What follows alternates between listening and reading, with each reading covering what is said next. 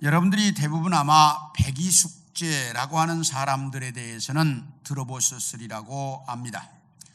이 백이와 숙제라고 하는 사람들은 중국의 은나라 말기부터 주나라 초기에 살았던 사람들인데, 이 백이와 숙제는 본래 고죽국이라고 하는 아주 작은 나라의 왕자들이었습니다. 그런데 아버지가 죽으면서 왕위를 이 왕자인 자녀들에게 물려준 것이 아니고 자기의 동생, 그러니까 이 왕자들에게는 삼촌이죠, 동생에게 왕위를 물려주자 삼촌에게 부담을 주지 않기 위해서 그 나라를 떠나서 은나라에 들어와 살고 있었습니다. 그런데 그 당시 은나라는 포항무도하기로 소문난 주왕이 다스리고 있어서 이대로 두면 안 된다, 이래가지고 문왕이라고 하는 사람이 강태공의 도움을 받아서 작은 나라를 일으켜가지고 그 폭군이 다스리는 은나라를 지금 침략하고 싸우고 있는 상황이었는데, 문왕이 죽습니다. 그리고 그의 아들 무왕이 왕이 되었는데, 아버지 장례식도 끝나지 않았는데 은나라의 주왕을 침공하겠다고 군사를 일으켜서 전쟁에 나가는 겁니다. 그러니까 백이와 숙제가 이 무왕의 다리를 붙들고 이야기합니다. 왕이시여, 아버지의 장례도 끝나지 않았는데 전쟁을 하겠다고 전쟁터에 나가는 것은 효를 무시하는 것이요, 이 주나라는 아직 은나라의 지배하에 있는 나라이기 때문에 은나라가 주인이어서 당신 무왕도 지금 은나라의 신하인데, 신하가 주군을 살해하겠다고 하는 것은 인을 저버리는 행위입니다. 그렇기 때문에 이 전쟁을 나가서는 안 됩니다 라고 백이와 숙제가 말렸습니다. 그런데도 무왕은 이 백이숙제의 말을 무시하고 그 전쟁에 나가서 은나라의 주왕을 없애버리고, 그리고 주나라가 중국 전체를 통일해서 주나라 시대가 열립니다. 그러자 백이와 숙제는 이렇게 효를 저버리고 인을 저버리고 세운 이 나라는 부끄러운 나라이다, 나는 이 나라에서 주는 어떤 곡식도 먹지 않겠다, 그래가지고 수양산으로 들어가서 산나물을 캐먹고 그리고 고사리를 먹고 살다가 굶어서 죽은 사람이 백이와 숙제입니다. 이런 사람들은 참다운 임금이 아니면 섬기지 않고, 진정한 벗이 아니면 사귀지 않고, 악인이 함께 있는 조정에서는 같이 일하지 않을 뿐만 아니라 아예 그런 사람들과는 어울리지도 않는 사람입니다. 그래서 나중에 여러 나라 제후들이 이 백이와 숙제를 수양산으로 찾아와서 자기들과 함께 일하자고 했지만, 백이와 숙제는 끝까지 거절하고 그들과 함께 살지 않고 그렇게 고고한 선비의 그 이제 자존심을 세우고 살다가 죽었습니다. 그런데 춘추 전국시대에 노나라에 유하해라고 하는 사람이 있었습니다. 이 유하해는 아주 작은 벼슬이라도 전혀 부끄러워하지 않고, 좀 부패한 임금이라도 전혀 개의치 않고, 자기에게 관직이 주어지면 나가서 최선을 다해서 소신껏 일을 했습니다. 그렇기 때문에 이 사람은 버림을 받아도 원망하지 않고 가난도 부끄러워하지 않고 살면서 늘 그가 하는 말이, 나는 나 너는 넌데 네가 벌거벗고 있다고 해서 나를 물들일 수 있느냐? 그럴 수 없다. 그렇게 살았던 사람으로서 3번이나 관직에 나갔지만 높은 지위에 있다고 좋아하지도 않고 낮은 관직이라고 부끄러워하지도 않고 자기에게 주어진 최선의 일을 다하다가 갔던 아주 유명한 사람입니다. 한 사람은 까마귀 노는데 가지 않았던 사람들이고, 한 사람은 까마귀 속에 가서 살았지만 까마귀처럼 물들지 않고 살았던 사람들입니다. 이런 사람을 이야기할 때 확실한 정체성을 가지고 살았던 사람들이라고 말합니다. 그런데 오늘 여러분에게 읽어드린 이 본문 속에도 보면 사도 바울이 디모데에게 너 하나님의 사람아 라고 말하면서 하나님의 사람에 대한 정체성을 정확하게 가르쳐주고 있습니다. 그래서 오늘은 여러분들과 함께 하나님의 사람에 대한 말씀을 같이 나누려고 합니다. 먼저 따라합시다. 분별력이 있어야 한다. 하나님의 사람은 분별력이 있어야 한다는 것입니다. 우리 다 같이 11, 12절을 봅니다. 시작.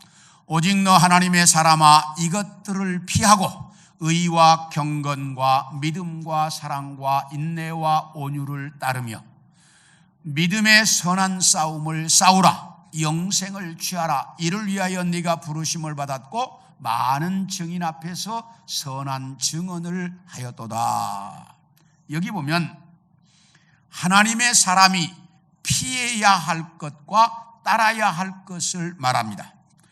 너 하나님의 사람아 이것들을 피하고 이런 것들은 따르며 믿음의 선한 싸움을 싸워라 이렇게 말합니다.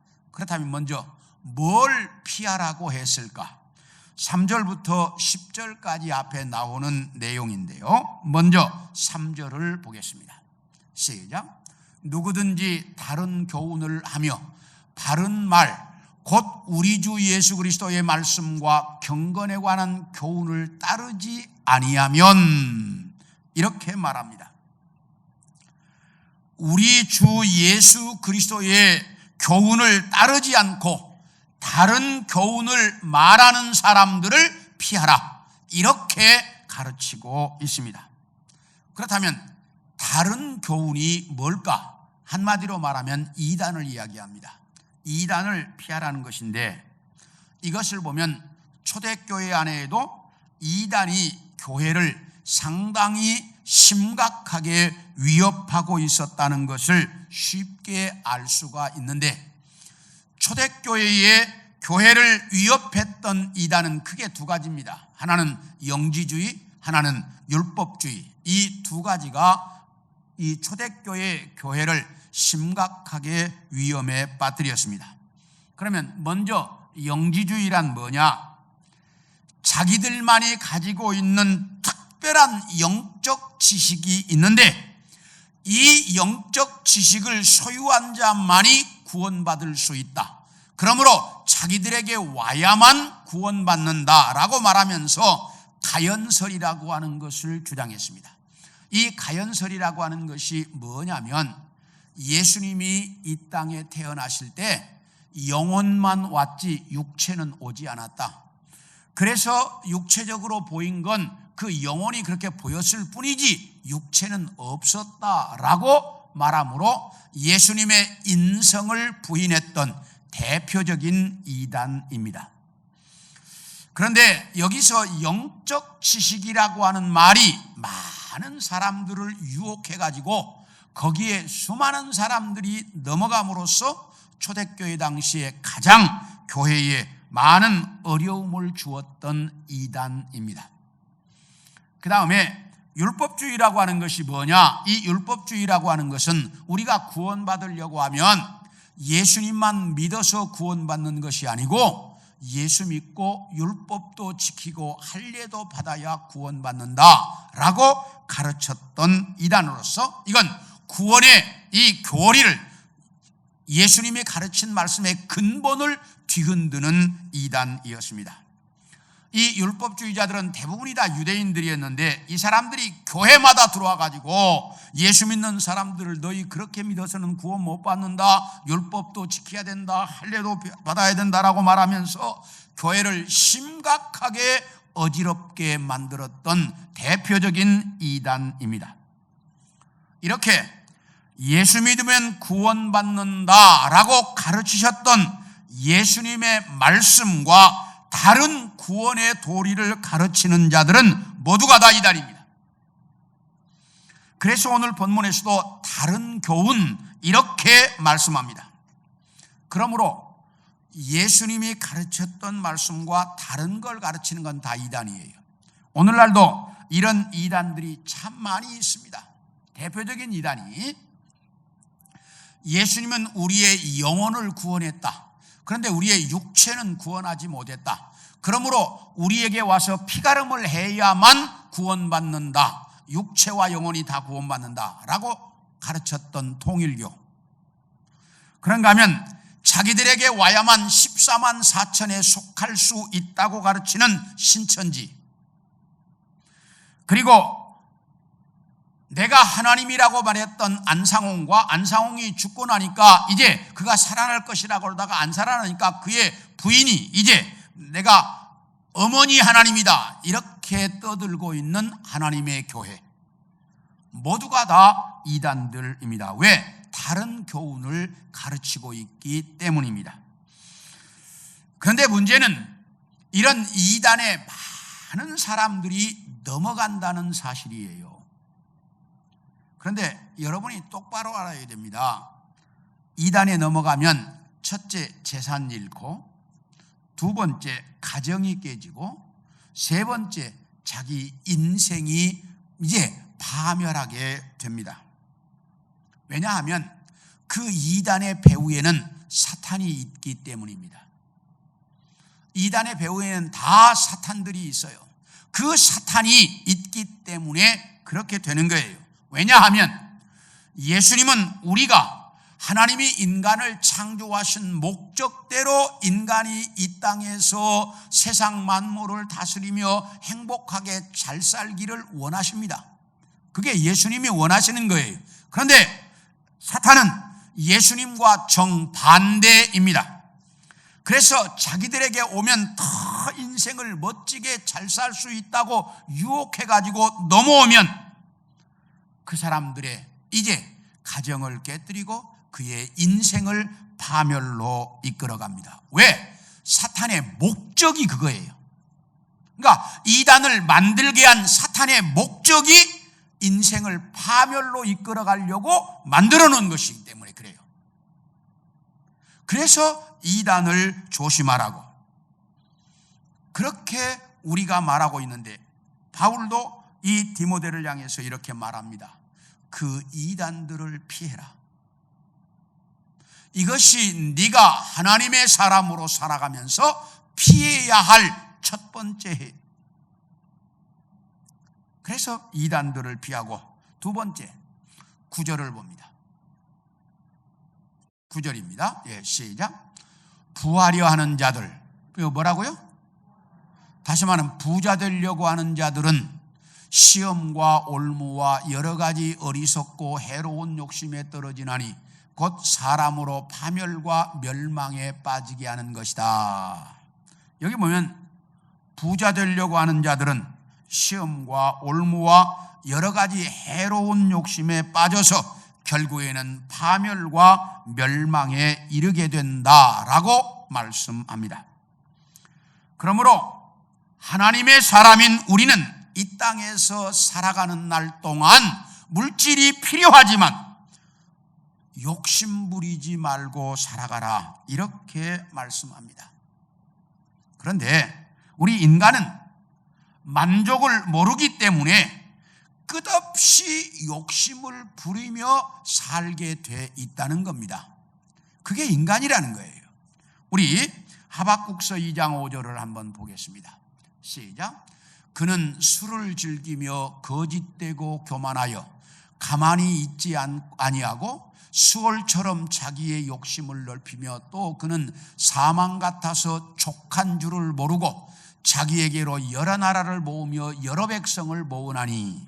자, 이 말은 잘 보셔야 돼요. 이건 하박국 선지자가 바벨론이라고 하는 나라에 대해서 한 말이에요. 이게 개인에게 한 말이 아니라 이게 바벨론이라고 하는 나라에 대해서 한 말이에요. 뭐라고 말하느냐? 만족할 줄을 모르고 욕심을 계속 부려서 수많은 나라들을 점령했는데 그 많은 나라의 핏값으로 너도 순식간에 망할 것이다. 딱 그렇게 말씀하신다. 네가 그렇게 욕심 부리다가 너도 망한다 그 말이에요. 역사에 보면 엄청난 제국을 건설했던 로마나 알렉산더나 징기스칸이나 바벨론이나 페르시아나 나폴레옹 모두가 참 많은 나라를 점령해서 큰 제국을 이루었습니다. 그런데 어떤 나라도 지구상에 남아있는 나라는 하나도 있다 없다? 없어요. 다 망해서 사라졌습니다. 그렇다면 그렇게 엄청난 나라들이 왜 하나도 안 남아있고 다 없어졌을까? 그들은 만족할 줄 모르고 나라를 계속 넓혀갔는데, 그래서 더 큰 나라, 더 큰 제국을 이렇게 주장하다가 결국에는 그 욕심 때문에 망해서 사라졌다는 거예요. 그러므로 욕심이 패망을 낳았던 거예요. 이걸 보고 여러분들이 잘 깨달으셔야 돼요. 그 큰 제국이 왜 망해서 역사 속에 사라졌느냐? 욕심 부리다가 망했다는 거예요. 우리 야고보서 1장 14, 15절을 봅니다. 시작. 오직 각 사람이 시험을 받는 것은 뭐라고요? 자기 욕심에 끌려 미혹됨이니. 15절 다음 절이요. 욕심이 잉태한 즉 죄를 낳고 죄가 장성한 즉 사망을 낳느니라. 여기 뭐라고 말하냐면 사람이 시험을 받는 것은 자기 욕심 때문이다. 그래서 욕심이 잉태한 즉 죄를 낳고 죄가 장성한 즉 사망을 낳는다. 이렇게 가르치고 있습니다.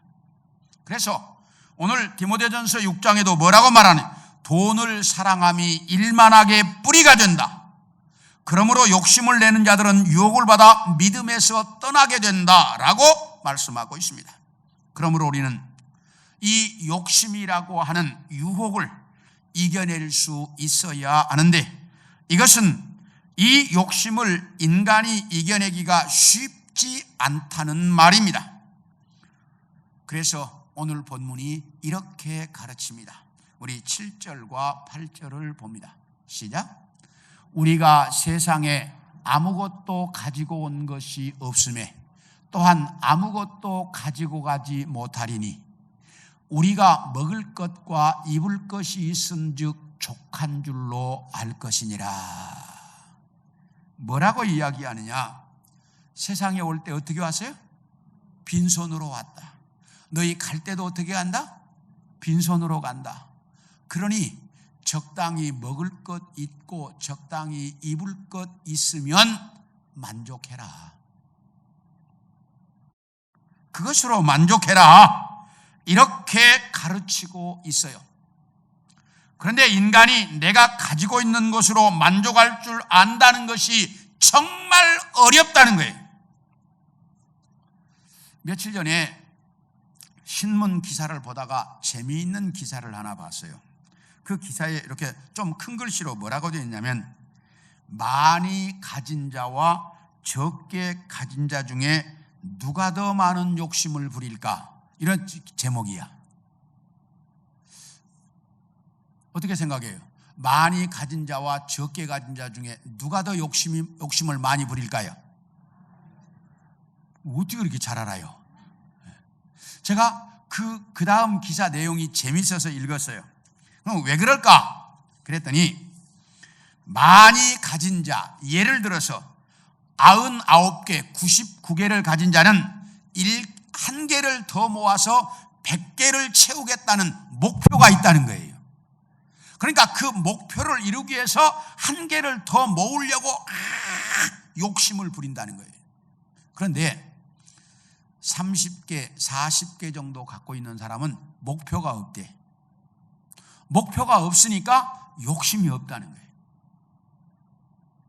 그러면서 설명이에요. 전세 사는 사람이 내가 아파트를 하나 사겠다는 목표를 세우고 30평대에 사는 사람이 50평대 아파트를 사겠다는 목표가 딱 세워지면 그때부터 눈동자가 달라진다는 거예요. 그때부터 얼굴 표정이 달라진다는 거예요. 사는 삶이 달라진다는 거예요. 그래서 욕심의 덫에 갇혀서 그 욕심의 덫을 헤어나오지 못하고 결국은 멸망하게 된다, 이런 내용이었어요. 그러므로 우리는 이 땅에서 살아가는 날 동안 내게 주어진 것으로 만족할 줄을 알아야 한다는 것입니다.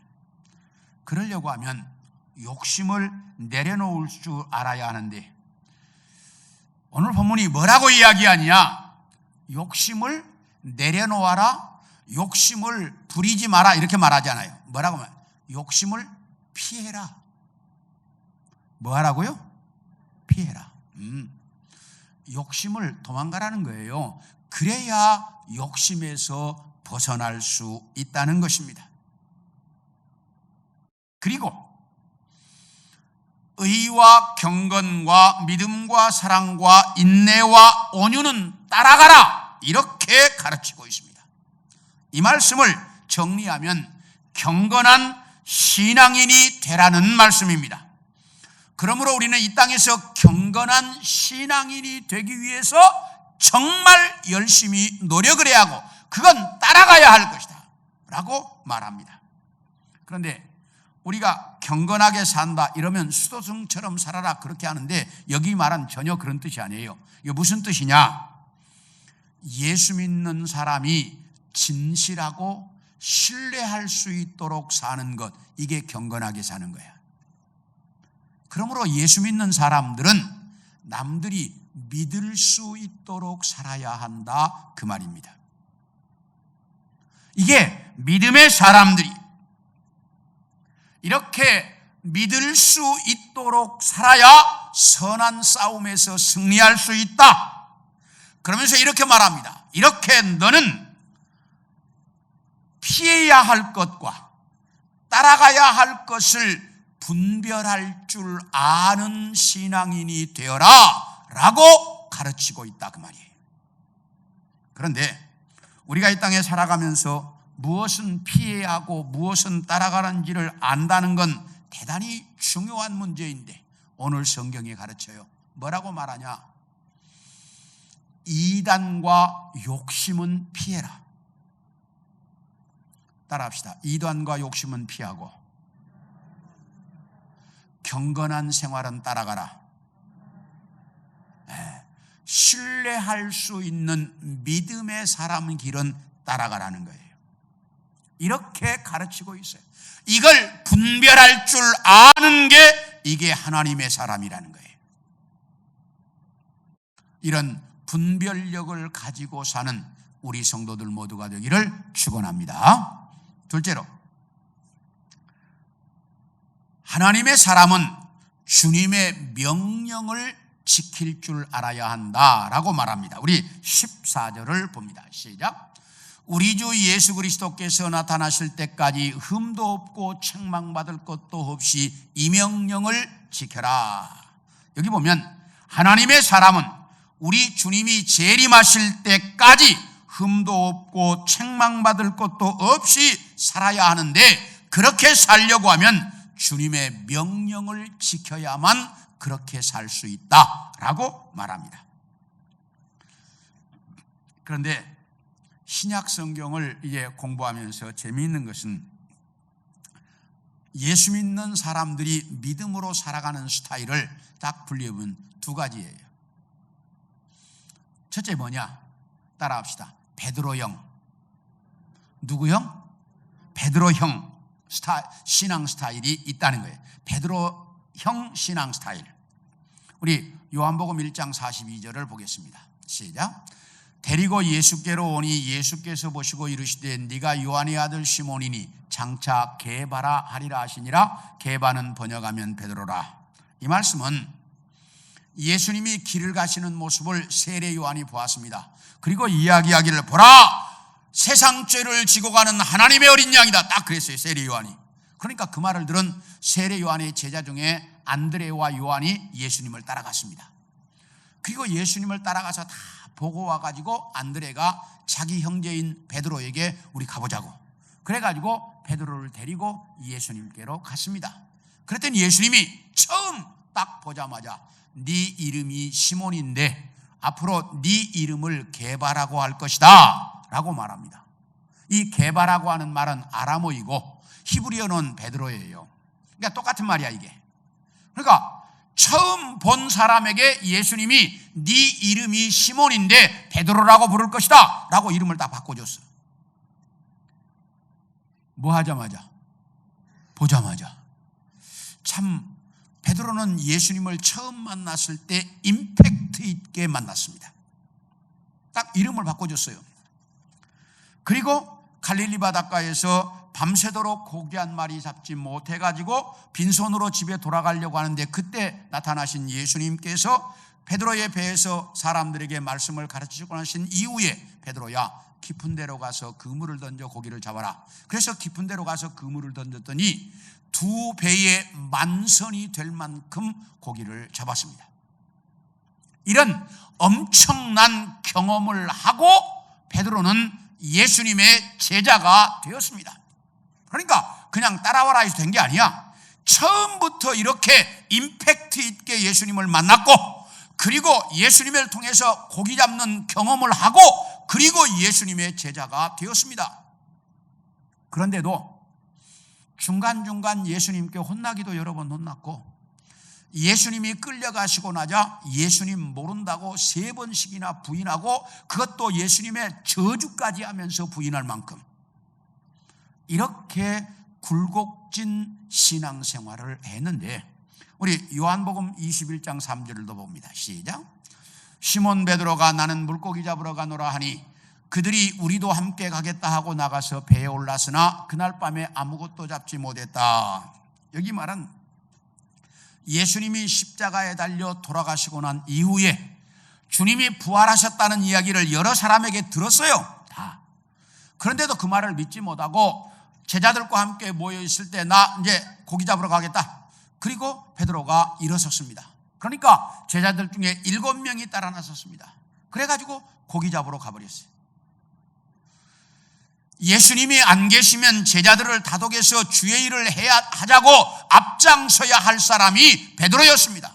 그런데 고기 잡으러 가겠다고 선동한 사람이 베드로예요. 참 그래서 베드로를 보면 그렇게 처음 예수님을 만났을 때부터 그는 이름도 바꿔줬고 고기 잡는 것도 봤고 경험했고 그리고 예수님을 믿었지만 힘들면 모른다고 부인도 하고 위험하면 그냥 도망가기도 하고 이렇게 굴곡진 신앙 스타일을 살았던 사람이 베드로입니다. 그래서 이런 사람은 어느 때는 열심이고 어느 때는 확 도망가 버리고 이런 신앙의 스타일, 이걸 베드로형 신앙 스타일이라고 하는데 이런 신앙 스타일은 참 목회자를 힘들게 하고 그리고 주변 사람들을 힘들게 합니다. 이게 이제 베드로형 신앙 스타일이야. 그런데 또 하나의 신앙 스타일은 따라합시다. 바울형. 네, 바울형 신앙 스타일이 있습니다. 바울은 다메섹으로 가는 길가에서 예수님을 만난 이후에 죽을 때까지 단 한 번도 흔들림이 없이 변함없는 신앙으로 살았던 대표적인 사람입니다. 수도 없이 많은 죽을 고비도 넘기고 수도 없이 많은 고난과 역경을 당했지만 언제나 변함없이 흔들림 없이 믿음으로 인내하면서 살았던 사람입니다. 그래서 오늘 본문에서도 자기 자신이 디모데에게 권면했던 말처럼 주님이 다시 올 때까지 흠도 없고 책망받을 것도 없이 신앙으로 살았던 사람입니다.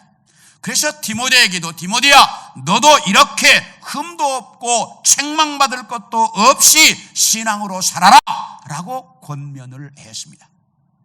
이렇게 평생을 흔들림 없이 믿음으로 사는 사람, 이런 사람을 바울형 신앙 스타일이라고 말합니다. 자, 그렇다면 여러분은 어떤 신앙 스타일입니까? 베드로형 신앙 스타일입니까? 아니면 바울형 신앙 스타일입니까? 어디에 속한다고 생각해요? 대답이 없으신데 아마 대부분이 베드로형 신앙 스타일이 많이 있으리라고 봅니다. 바울 같은 신앙 스타일은 정말 귀하고 아름답고 소중한 신앙 스타일입니다. 그러나 죄성을 가지고 있는 우리 인간, 이 세상이라는 현실 속에 살고 있기 때문에 이렇게 바울처럼 신앙을 유지하면서 살기가 쉽지 않다는 것입니다. 그래서 베드로처럼 때로는 꾀를 부릴 때도 있고 때로는 약해질 때도 있고 때로는 돌아서기도 하고 이렇게 신앙으로 살아갑니다. 그러나 어떤 신앙 스타일을 가졌든지 하나님의 말씀을 바탕으로 하지 않고서는 주님 오실 때까지 신앙으로 승리할 수 없습니다. 그러므로 우리 성도들은 하나님의 말씀의 바탕 위에 굳건한 신앙으로 서서 마지막까지 주님 재림하실 때까지, 아니 우리가 주님 나라에 갈 때까지 말씀으로 신앙 승리하는 우리 성도들 모두가 되기를 축원합니다. 그래서 말씀의 내 명령을, 내 말을 지켜라, 이게 하나님의 사람이다 라고 말씀하시는 거예요. 이렇게 말씀의 바탕 위에서 신앙으로 승리하는 우리 성도들 되기를 축원합니다. 마지막으로 하나님의 사람은 장래 일을 준비할 줄 알아야 한다라고 말합니다. 우리 19절을 보겠습니다. 시작. 이것이 장래에 자기를 위하여 좋은 터를 쌓아 참된 생명을 취하는 것이니라. 여기 뭐라고 하느냐? 하나님의 사람은 자기 장래를 위해 좋은 신앙의 터를 쌓아서 영생을 얻을 수 있도록 살아야 한다라고 말합니다. 그러므로 우리 믿음의 사람들은 이 땅에서 믿음으로 신앙의 터를 잘 쌓아서 영생을 소유할 수 있도록 살아야 합니다. 중요합니다. 그런데 거기다 또 하나를 이야기합니다. 뭐라고 말하느냐? 너희가 이 땅에서 살아가는 날 동안 너그러운 마음으로 많은 사람들에게 나누며 선한 일을 많이 하며 살아라. 그래서 선한 일로 이 땅에서 신앙의 터를 잘 쌓아서 미래를 준비해라. 이렇게 가르치고 있다 그 말이에요.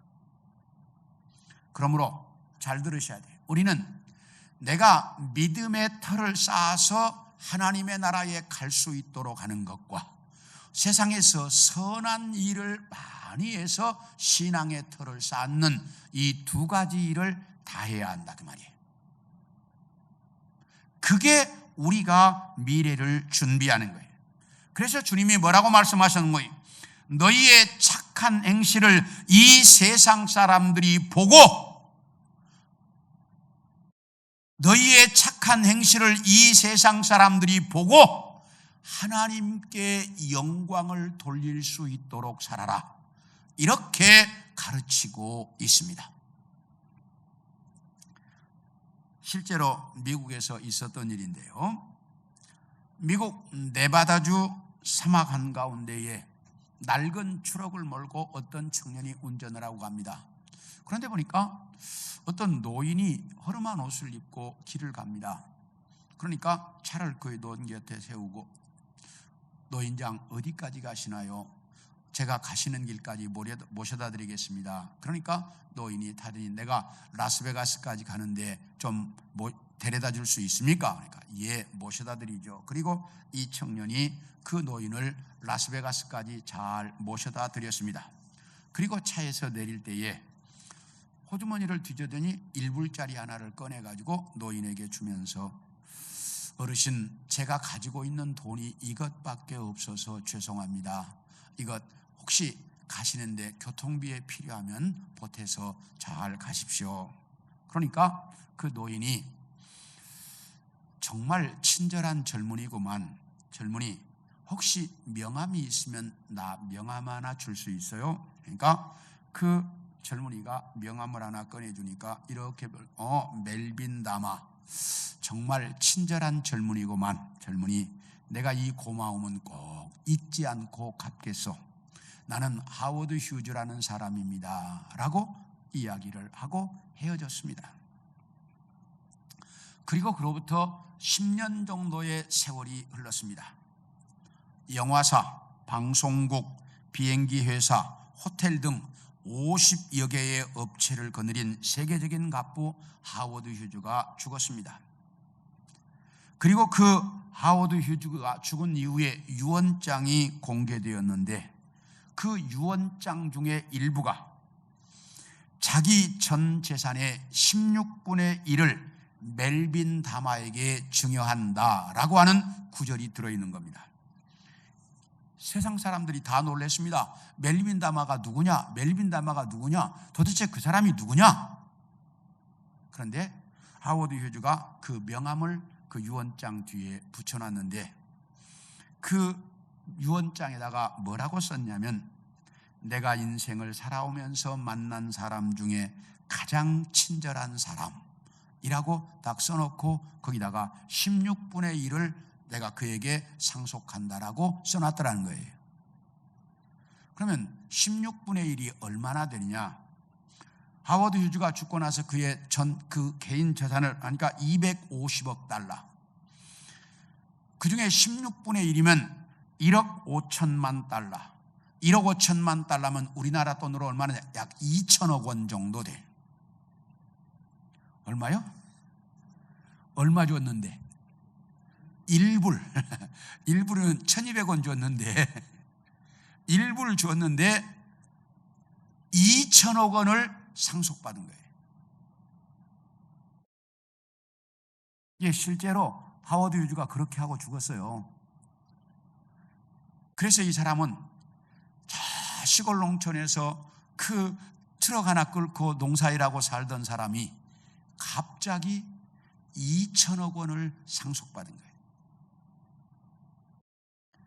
이건 내가 이 세상을 살아가면서 선을 베풀고 사는 것이 얼마나 놀라운 축복인지를 단적으로 보여주는 내용입니다. 하나님께서 우리에게 말합니다. 너희는 하나님의 사람이다. 하나님의 사람이 이 세상을 살아가면서 선을 베풀고 살아라.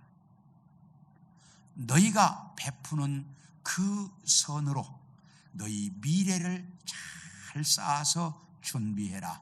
이렇게 가르치고 있습니다. 사랑하는 성도 여러분, 바울은 디모데에게 그렇게 말합니다.